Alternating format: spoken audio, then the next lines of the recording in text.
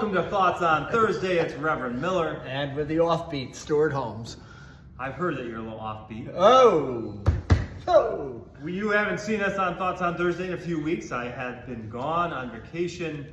We went to Europe. And one of the things as a minister, when I'm on vacation, I have to check out the churches.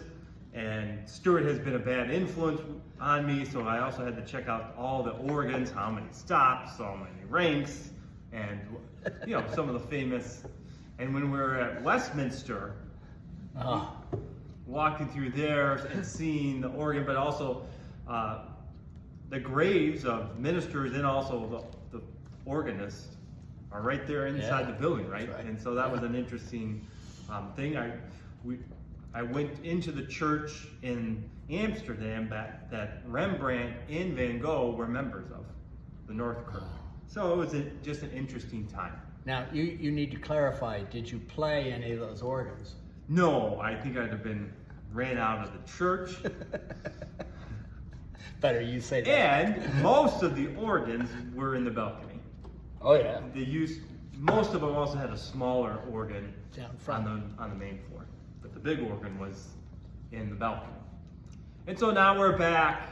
We're coming up on Sunday and looking at our worship service. And it's interesting because for the summer, we always like to do something different. So I went through and looked to see, we've had our hymnal for the last 25 years, this Presbyterian hymnal. And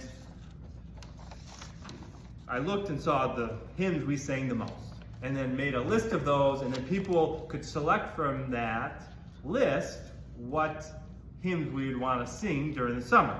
So our first hymn this Sunday is number 40, Joy to the World, which we think as a Christmas hymn, and we're halfway to Christmas at this point in July, I think.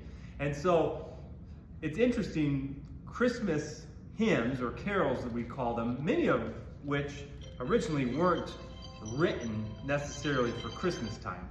They just have a theme of Christmas, so we know them. So it's fun to throw it in there, and that was requested, and we're not used to singing it in July. But it's not necessarily, all the words are not necessarily inappropriate. Correct. Yeah. With that in mind, it's interesting, we're hitting in the Gospel of Matthew, there's about 5 sections of teaching that Jesus has. That's how the makeup of the Gospel of Matthew. And we're in the teaching section where Jesus uses parables.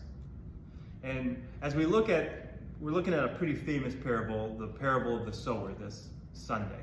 And just like throwing what we would call a Christmas hymn in July might throw us off, we get certain understandings of these parables. But really a lot of these parables can't just be put into a little box. They kind of shake us up. So we're going to be exploring for the next few Sundays parables and how they're not always as simple as we think they are.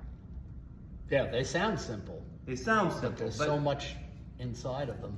And so that's what we're going to be exploring. And we're going to be exploring, the sermon title is called Dirty Work, as we look at the parable of the sower and the different soils.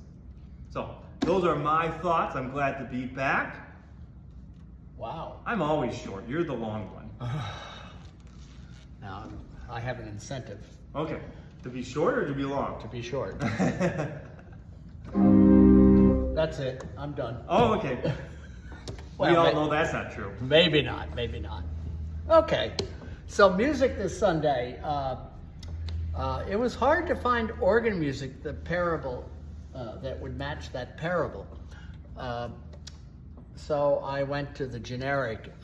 Leon Bollmann was a French composer during the what we call the Rococo period, which is late Baroque. And for those of you that are unfamiliar with those terms, Baroque was, the Baroque era was exemplified by beautiful, intricate sculptures and artwork and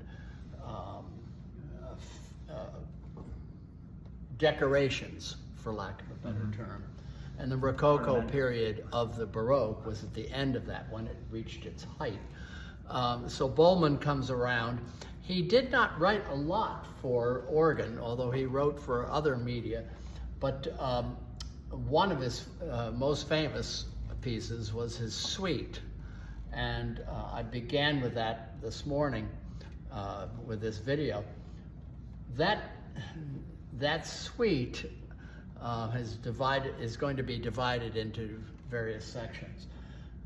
None of it is really well, let me back up. You back up as you're going so quickly. It's very, it's got an intense beginning with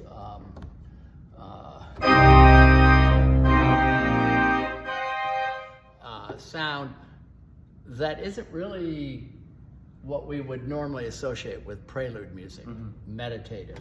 It's more or less grave and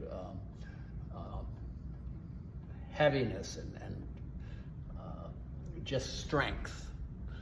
So, but I'm going to play it for the prelude anyway, and I'm going to switch in the middle to do his Pierre à Notre Dame, which is just a magnificent piece for prayer, but I'm going to use it in the middle of the service.